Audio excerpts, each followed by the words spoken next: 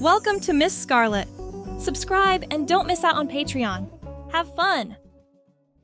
Camden stared at his reflection in the full-length mirror, his hands trembling slightly as he adjusted the wig of soft brown hair that fell in gentle waves just past his shoulders. It was the same shade as his own natural hair, but longer, styled to frame his face in a way that softened his features. He had spent months practicing this transformation, born out of necessity rather than desire. Social anxiety had gripped him since childhood, turning every interaction into a battlefield of racing thoughts and sweaty palms. Parties, meetings, even casual conversations with neighbors felt like insurmountable walls. That's when Margaret emerged in his mind. A persona, a shield. As her, he could breathe, speak, exist in the world without the weight of his own identity crushing him. He smoothed down the muted gray sheath dress that hugged his slender frame modestly, its fabric simple and unassuming. Over it, he draped a sensible cardigan in a soft beige, buttoning it just enough to feel secure. Makeup was minimal, a touch of foundation to even his skin, a hint of mascara to define his eyes, and a neutral lipstick that didn't draw attention. He slipped into low-heeled pumps, practical for walking, and practiced his voice, higher, softer, with a lilt that he'd honed from online tutorials. "Hello, I'm Margaret," he whispered to the mirror, watching the woman stare back. She was Camden's reclusive sister, visiting from a distant town, or so the story went. It allowed him to attend events without the paralyzing fear, to slip in and out of social circles unnoticed as himself. The first time he ventured out as Margaret was to a local book club meeting. Camden had been invited weeks prior, but had declined, citing work. As Margaret, though, he showed up, introducing herself as his sister, filling in while he was away on business. The group welcomed her warmly, chatting about novels over tea. She nodded, smiled, contributed just enough to blend in. No one questioned the resemblance or the story. People were too polite, too absorbed in their own lives. It worked. Emboldened, Margaret began appearing more often, at coffee shops, community events, even a neighborhood barbecue. Each outing chipped away at the isolation that had defined Camden's life. His best friend, Alex, was the one constant in his world. They had met in college, bonded over shared interests in indie films and hiking. Alex was outgoing, the kind of person who dragged Camden to events, though he often bailed at the last minute. Alex knew about the anxiety but not the depths of it, and certainly not about Margaret. When Alex's cousin announced her wedding, the invitation arrived in the mail, addressed to Camden. He panicked at first, imagining the crowds, the small talk, the expectations. But then an idea sparked. Margaret could go in his place. He'd tell Alex that Camden was swamped with deadlines, but his sister was in town and would love to attend. On the day of the wedding, Margaret stepped out of the apartment, her brown hair catching the sunlight as she hailed a cab. The venue was a charming garden estate on the outskirts of the city, with blooming flowers lining the paths and white tents set up for the reception. She arrived early, slipping into a seat near the back of the ceremony area. The bride and groom exchanged vows under an arch of roses, and Margaret felt a rare sense of calm watching it all unfold. No one expected her to be the center of attention. She was just a guest, Camden's mysterious sibling. After the ceremony, as guests mingled with cocktails in hand, Alex spotted her. "Margaret, I didn't know you'd be here. Camden mentioned you might swing by if you were visiting. This is perfect. Come meet everyone." Alex's enthusiasm was infectious, pulling her into a group of friends. She smiled politely, exchanging pleasantries about the weather and the beautiful setup. It was going smoothly until Alex leaned in with a mischievous grin. You know, there's this guy here, Ethan. He's a friend of the groom's. Super nice, works in graphic design. I think you'd hit it off. Let me introduce you. Margaret's heart skipped. Oh, I don't know, Alex. I'm not really looking for... Nonsense! You're single, he's single, and weddings are all about romance. Come on. Before she could protest, Alex was waving over a tall man with kind eyes and a warm smile. Ethan approached, extending a hand. Hi, I'm Ethan. Alex here says you're Camden's sister? Nice to meet you. She shook his hand, her voice steady despite the internal whirlwind. Yes, that's me. Visiting from out of town. The conversation flowed easier than expected. Ethan asked about her interests, and she mentioned a love for quiet hikes and reading historical fiction, truths borrowed from Camden's life, but presented through her lens. He shared stories of his latest design projects, laughing about client mishaps. Alex watched from afar, clearly pleased with his matchmaking. As the evening progressed, they moved to the dance floor for a slow song, Ethan's hand gently on her waist. It was awkward, thrilling, terrifying all at once. Margaret had never anticipated this layer to her ruse. Dinner was served under the stars, with tables adorned in fairy lights. Seated next to Ethan, she navigated questions about her life back home. It's a small town, she said vaguely. Quiet, which suits me. Camden's the more adventurous one, always buried in his work here. Ethan nodded. He sounds like a good brother. Alex speaks highly of him. Maybe we could all grab coffee sometime when he's free? She hesitated, sipping her water. That might be nice. Internally, panic brewed. How could she sustain this? But the night wore on, filled with toasts and laughter, and for the first time, Margaret felt seen. Not as a disguise, but as a person. The next morning, still in her gray dress and cardigan, Margaret lingered in the hotel room she'd booked near the venue. Going back to the apartment felt impossible now. The lines had blurred. Ethan had asked for her number, and she'd given it, thinking of it as part of the act. But texts came in quickly. Had a great time last night. Coffee this week? She stared at the screen, her brown hair disheveled from sleep. This was no longer just coping. It was a life unfolding. Alex called later that day. So, how was it with Ethan? I knew you'd like him. Camden's going to be jealous he missed out. Margaret laughed softly, perched on the edge of the bed.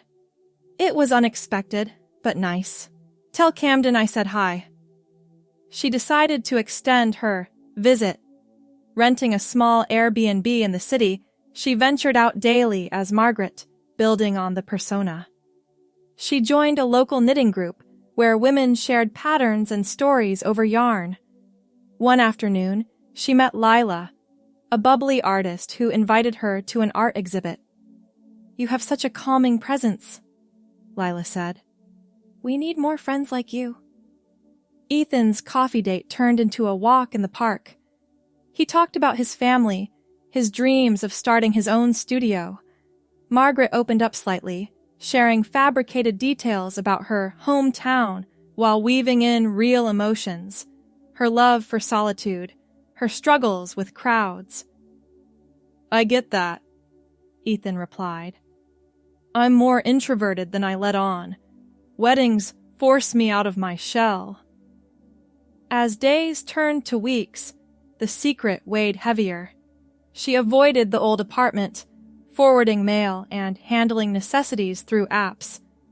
Alex invited her to a game night with friends. Bring Ethan if you want. Camden's been MIA, but that's typical. At the game night, laughter filled the living room as they played board games. Ethan sat close, their knees brushing occasionally. When the group dispersed, he walked her to her car. "I'm really enjoying getting to know you, Margaret." She smiled, her heart racing. "Me too." But doubts crept in during quiet moments. Staring at her reflection in the Airbnb mirror, brown hair framing her face, she wondered how long this could last. The dress and cardigan had become her uniform, a second skin. Changing back wasn't an option. The anxiety would flood in. And besides, Margaret was real now, with connections and invitations. One evening, Ethan suggested a weekend getaway to a nearby cabin. "Just us, no pressure. We can hike, read, whatever you like." She agreed, packing a suitcase with more dresses and cardigans in similar muted tones. The cabin was cozy, nestled in woods with a fireplace. They spent the first day exploring trails, her low heels swapped for sensible flats. Ethan pointed out birds and wildflowers, his knowledge impressive. Over dinner, cooked together in the small kitchen, he grew serious. "Tell me more about your family. You mentioned Camden, but what about parents? Siblings besides him?" Margaret paused, stirring her tea. "It's just us, really. Parents passed a while ago. Camden's all I have." He reached for her hand. That must be tough. I'm here if you want to talk. The vulnerability hit her. For the first time, she felt the urge to confess, but the words stuck. Instead, they watched the stars from the porch, his arm around her shoulders. Back in the city, life as Margaret accelerated. She volunteered at a community center, helping with literacy programs. There, she met Sarah, a teacher who became a fast friend. They grabbed lunches, discussing books and life goals. "You're so put together," Sarah said one day. "What's your secret?" If only she knew. Ethan introduced her to his circle, colleagues, old friends. At a dinner party, she charmed them with anecdotes, her brown hair tied back in a simple ponytail. Alex pulled her aside. "You're fitting in so well. Camden would be proud.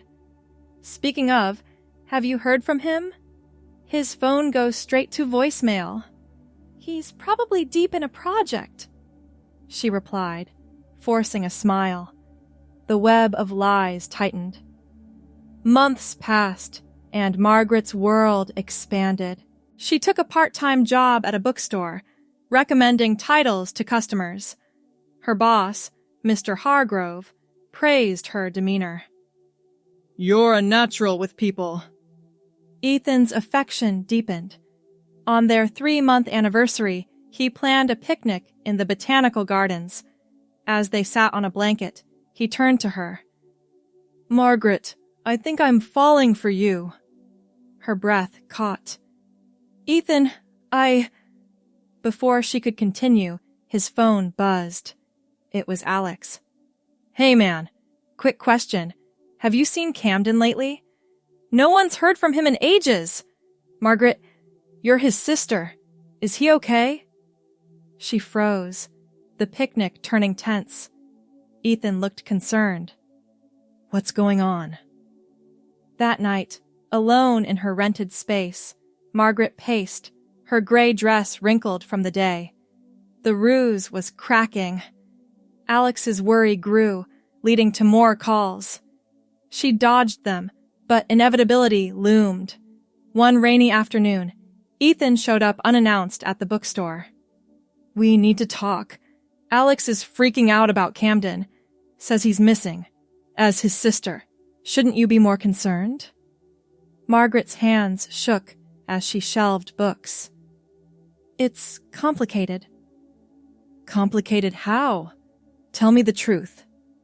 She led him to a quiet corner. Words tumbled out. Not the full confession, but enough to hint at family issues. "Camden's dealing with personal stuff. He needs space."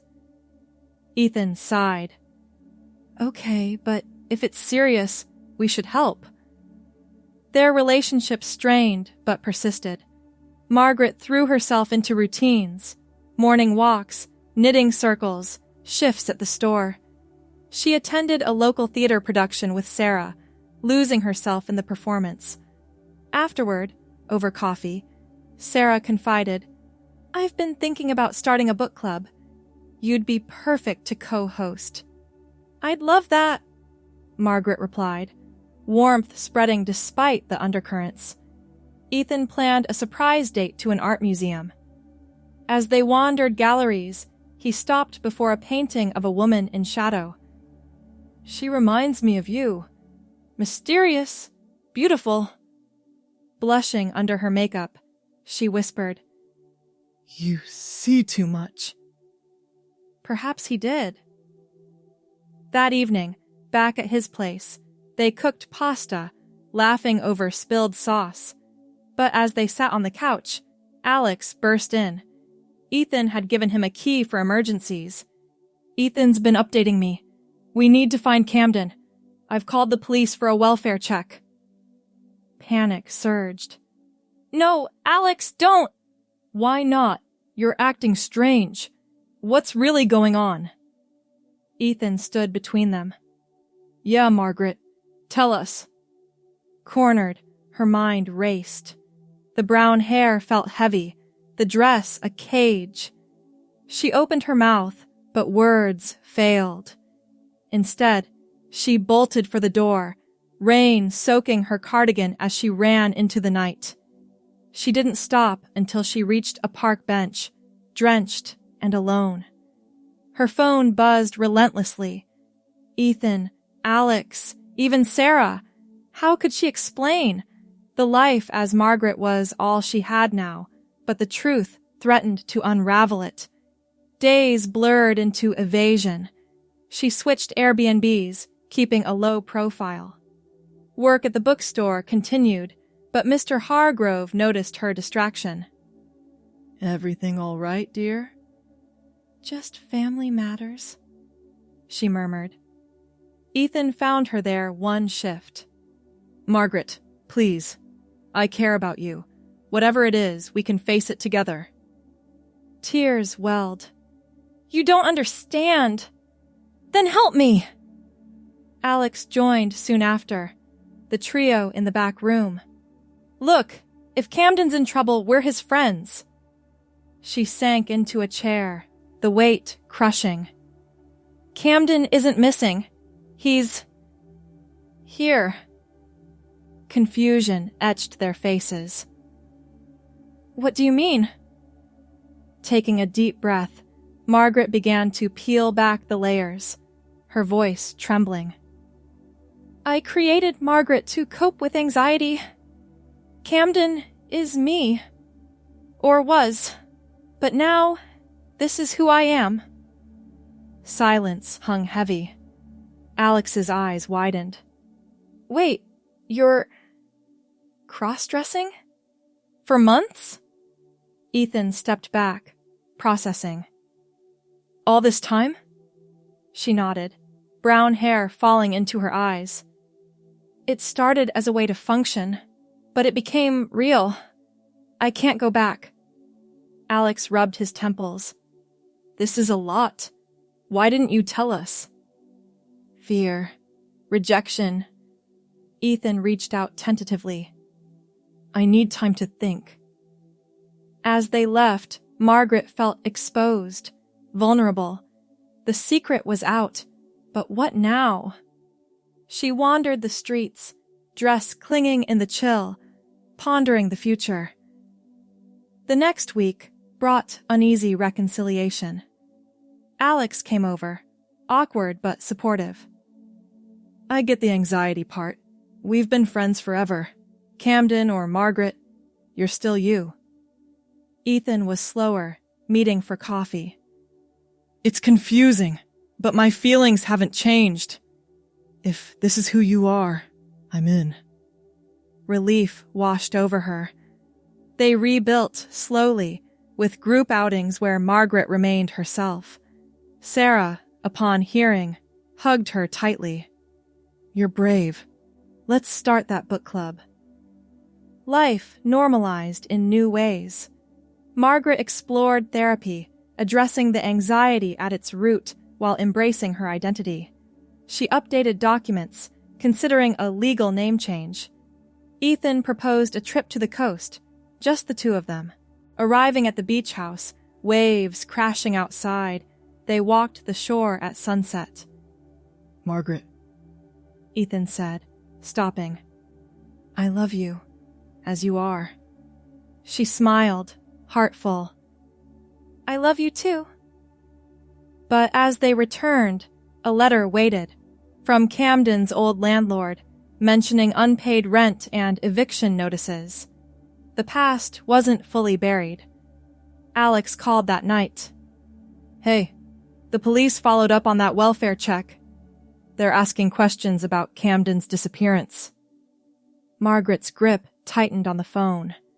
What if they dug deeper? Hope you enjoyed the story so far. The rest will be available on Patreon.